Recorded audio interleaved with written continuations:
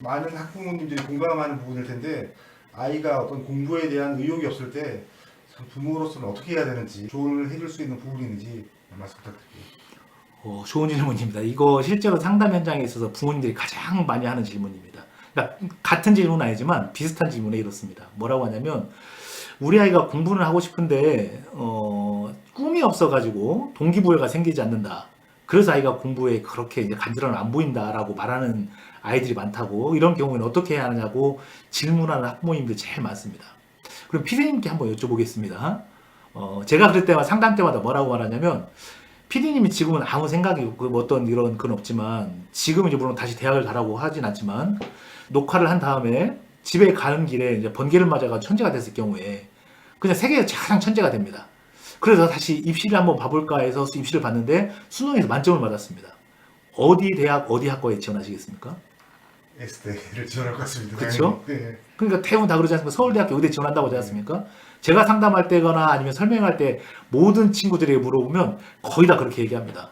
꿈이 없던 아이들도 그러면 네가 수능 만점 받은 경우에 어디 갈 거야? 라고 물어보면 아이들이 뭐라고 답변하냐면 서울대 의대 간다고 합니다. 그러면 이게 꿈이 없는 겁니까? 아니면 점수가 없는 겁니까? 점수가 없는 겁니다. 대부분 아이들이 그렇습니다. 그러니까 무슨 상황이냐면 아이들이 꿈이 없거나 의욕이 없는 게 아니고, 우리도 어린 시절 지내보면 다 공부 잘하고 싶지 않았습니까? 공부 성적 잘 받아가지고 선생님께 칭찬도 받고 부모님께 자랑스러운 아이 자식이 되고 싶기도 하고 다 그러지 않습니까? 근데 왜 그러냐면 실제로 그렇게 못하니까요. 그럴 경우는 우리 어떻게 하죠? 그냥 관심이 없다고 하지 않습니까? 그냥 관심이 없고 그냥 그거에 대해 별로 의욕이 없다고 이야기를 하지 않습니까?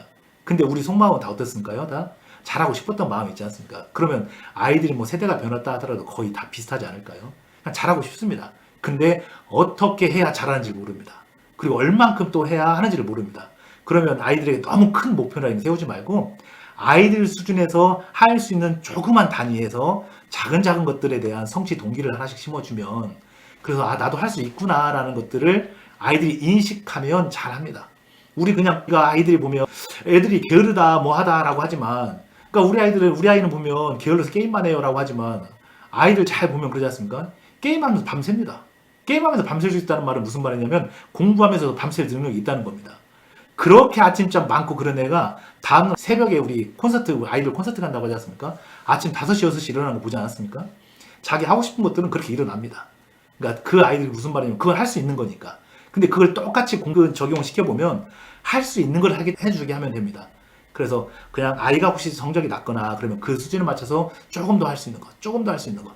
그래서 근본적인 성적에 대한 자존감을 키워주고, 그렇게 해서 조금 단계별로 늘려야지. 아이들이 두려워하는 건 갑자기 자기 수준은 자기가 알고 있는데 갑작스럽게 전교 1등이 돼야 할 것 같고 갑작스럽게 좋은 대학 가야 할 것 같고, 이런 것이 두려우니 그렇게 결과에 대해 말씀하시기보다는 조금 더 과정적으로 우리 아이가 충분히 해줄 수 있는 것, 할 수 있는 것, 그런 거 칭찬해 주시고 실제로 할 수 있는 걸 목표 설정해 주시고, 그러다 보면 조금 더 성장하지 않을까 생각됩니다.